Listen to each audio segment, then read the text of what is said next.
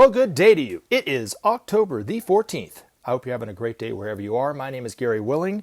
I want to welcome everyone to Search for Signs. And as I always like to do, just kind of point out to those people who are new, remind you if you've heard these videos before and you haven't done it yet, that if you want to know more about Maitreya and the Masters of Wisdom, you want to get some background information about the priorities of Maitreya, what do they mean for humanity that these masters are coming back into the everyday world, or even if you just want to see if there's any truth to what I'm saying, what I recommend you do is to read more about it for yourself. Do your own investigation. I have included links in the description portion of these videos that take you to websites that talk about this information to hopefully help with that. And they're all free and you can just look into it whenever you want to look into it. And if you want to know which website I would recommend to go to first to find out more about Maitreya and the Masters of Wisdom, it would be the one at the top, the Share International website. They're probably the best in terms of getting background information. So hopefully you'll look into it. So at some point. Now, if you want to join the discussion, post your comments. Let me know what you think. I will oftentimes address the comments if they pertain to what we talk about. And I think we can learn something about this information from the comment. Or you can also, if you want to ask a question, email me at searchforsigns@mail.com. But most people just post their questions in the comments section. And then I'll try to answer the question as best I can in the next video. So hopefully you'll do that. And I want to thank everybody who has posted comments and asked questions since the last time I put a video up. I really appreciate it. All right, let's get on into it. All right, here's a question. Hey, isn't Maitreya in Canada? Well, I don't know. Maitreya lived for eons, about 17,500 feet up in the Himalayas. And far enough away to where somebody wouldn't just stumble across his abode. All these masters lived in the remote areas of the world, so remote that we would never find them. That's how far out they were. Now, they're coming back into the everyday world, Maitreya along with them, but 5 masters entered 5 major cities right before Maitreya entered London in July 19th, 1977. So the ones prior to Maitreya entering London, one went into New York, one, apart from Maitreya, went into London, one into Geneva, Darjeeling, and then one into Tokyo. And some other ones have entered some major cities since then, like Moscow and Rome, Beijing, Paris, Los Angeles, and San Francisco are the ones that I know of. But anywho, there might be more now, I don't know. But Maitreya had been living in the Asian community of London since July 19th, 1977. That was his center. And will more than likely be his point of focus in the world for quite some time, London itself. But anyway, in January of 2010, Benjamin Creme made the announcement that he gave his first television interview, not using the name Maitreya, but gave his first television interview in the United States. And since then, every month prior to Ben passing away in October of 2016, it was published where he had been giving talks or giving interviews around the world. And there were countries, very well-known countries like Russia, Japan, of course the United States, some European countries, Brazil, Mexico, I think Australia, if I'm not mistaken, South Africa. I can't remember the exact countries per se, but he was giving interviews about once a week in the media. And of course, since then, since Ben's passing, nothing has been talked about in terms of where he has been giving interviews.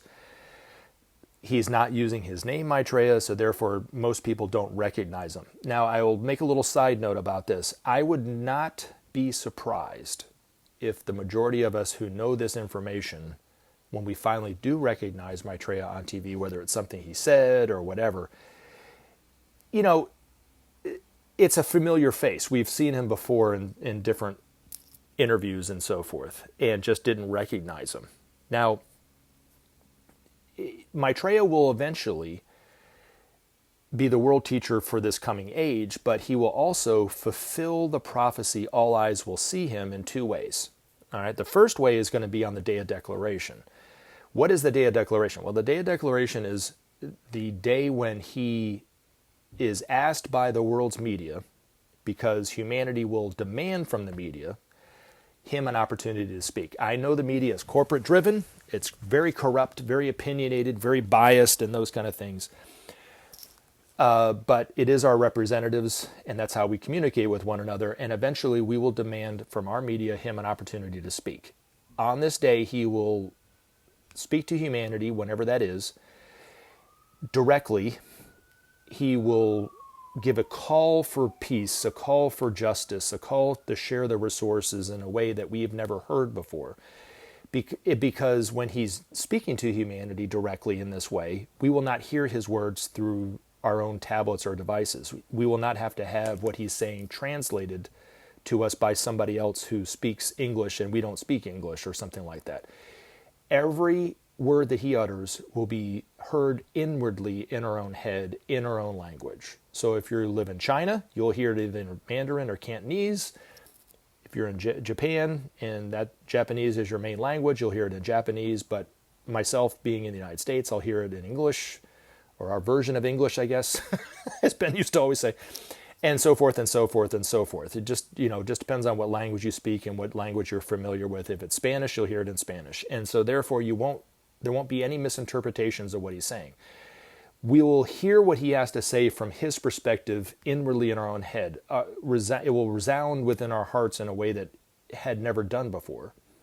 He will also give humanity two visions of the future that will give us the choice that we all have to make.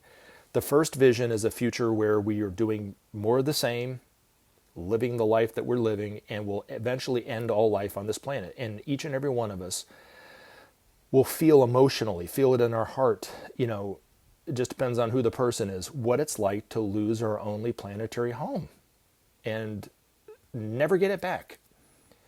And then he'll show us a future of what will happen if we just try the principle of sharing, where nations just learn to just give a little excesses to other nations and so forth to help those nations out. And in so doing, bring about trust amongst the nations, eventually goodwill. And then we'll see what it's like, from Maitreya's perspective, get a little taste of what it's like to live in a world where love is manifested on this planet, globally, internationally, but also locally and individually.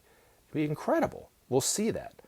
Now, the good news is Maitreya said he already knows the answer and the choice that humanity is going to make, and his heart is glad. So he already knows that we're going to accept the principle of sharing. But we have to go to the very, very edge of destruction in order to make this choice.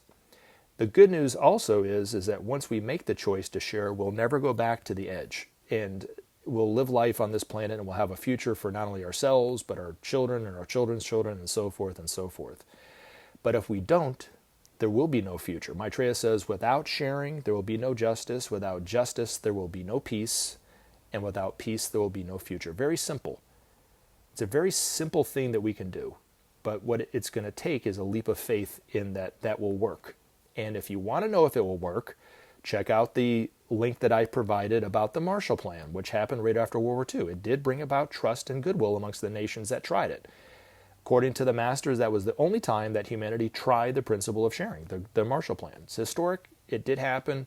None of the nations that participated in it since have attacked one another. So there you go. Now, that's the first way that all eyes will see him. The second way he'll fulfill that prophecy is he's going to eventually travel all around the world. And there won't be a country that will be left out. But it might take some years for this to be fulfilled. But anyway, he will eventually speak to humanity in our own towns and our communities and so forth. We'll be able to see him with our own eyes, hear what he has to say, possibly ask him questions and those kind of things. And as he's doing this, he'll also start to introduce some of these other masters one by one. The Master Jesus, the Master who was Saint Germain, the Master who was John, the Master who was Paul, the Master who was Peter, and so forth and so forth. The Master in Tokyo, the Master in London, the Master in Geneva, Ben's Master eventually, and those kind of things. And we'll eventually get to see all these masters. Ask them questions. Learn from them. See what it's like to live life with the joy that they have, with the wisdom that they all share, and be able to and have our lives enriched from their wisdom and the simplicity of what they're talking about, and to hopefully avoid some of the missteps that could happen by not having their guidance and those kind of things. But that's the future that awaits humanity if we just try the principle of sharing. But will he visit Canada? I'm sure of it. Canada is a lovely country. It's a little cold, especially in the wintertime, but it's a beautiful country. Is he living there now? I doubt it, but he could be speaking there now. I don't know. And like I said, he will not claim to be Maitreya. He will not say that he is referred to as the Christ or the Imam Mahdi until the day of declaration. Up until that point, he will be introduced. He will use the name that's very common, according to Benjamin Creme. It's a very common Middle Eastern name. So anyway, hopefully that helps. And hopefully that will make it a little easier to recognize him when you do see him on TV and go, oh, that's who Benjamin Creme was talking about or something. But you got to know the priorities of what Maitreya is saying first. You got to familiarize yourself with who and what he really is and not what people think that he might be, in order to recognize him. So hopefully that helps. All right, now the next comment is quite extraordinary based on the fact that the name of the channel is Search for Signs. As Maitreya would say, those who search for signs will find them. This person apparently did. Today I discovered for the first time 2 light patterns on the outhouse I have in my garden. This is the first time I have seen this up close. I find this peculiar because I haven't engaged in either transmission meditation or any form of conscious spiritual activity, but it was nice to see.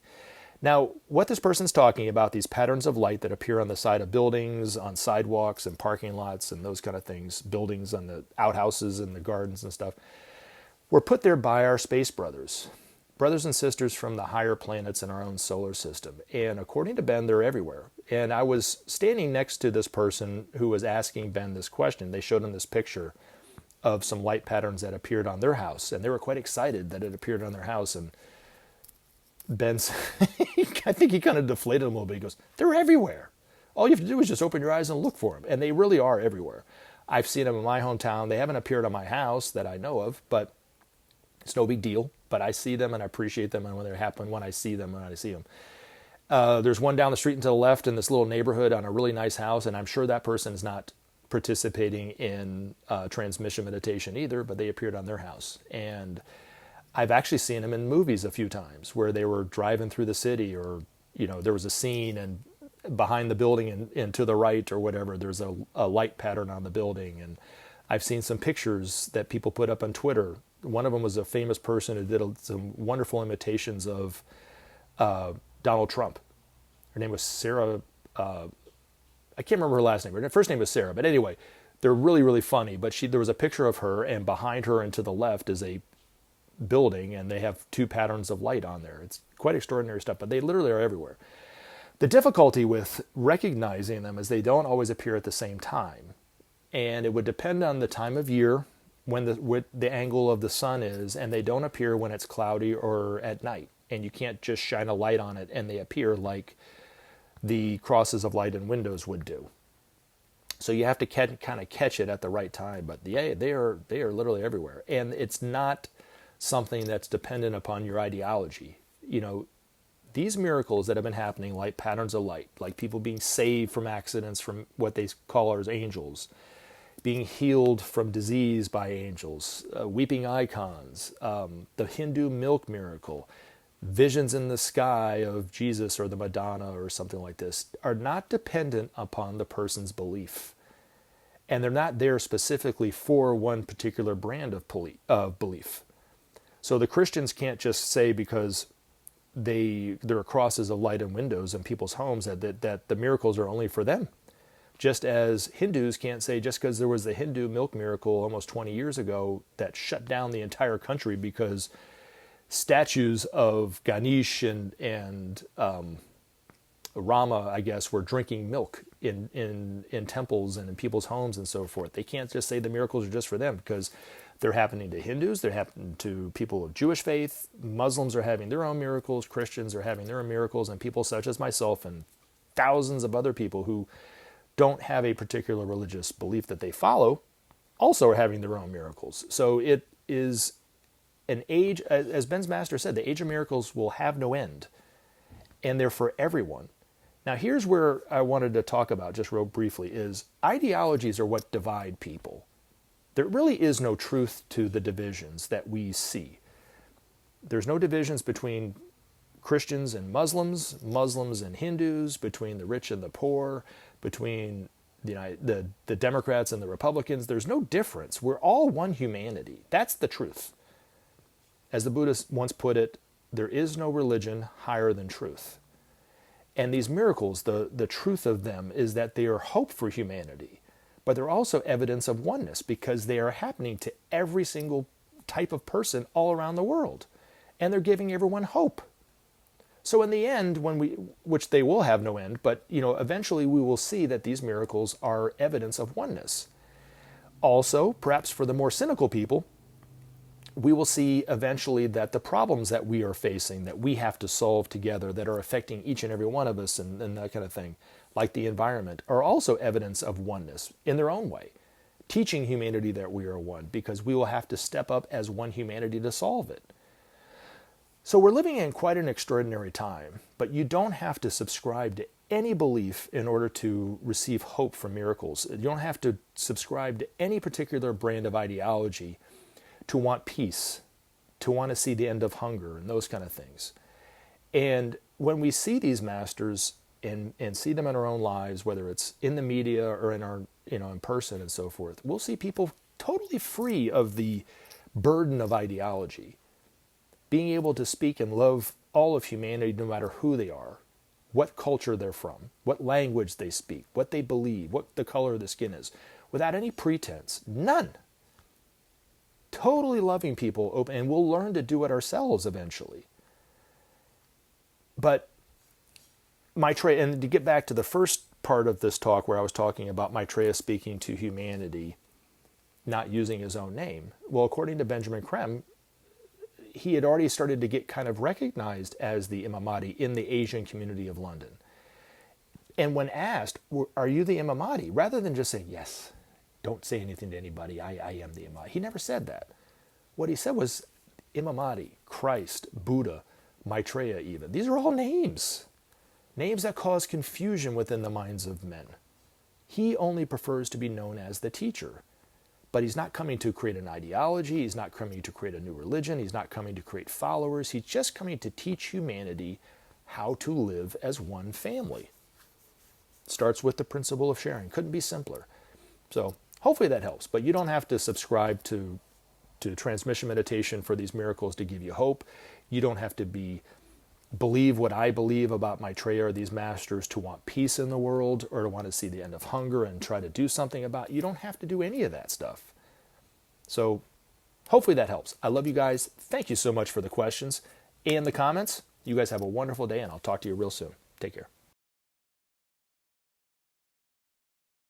Remember to take action and help SOP save our planet. Thanks for listening, and we look forward to talking to you again in future videos.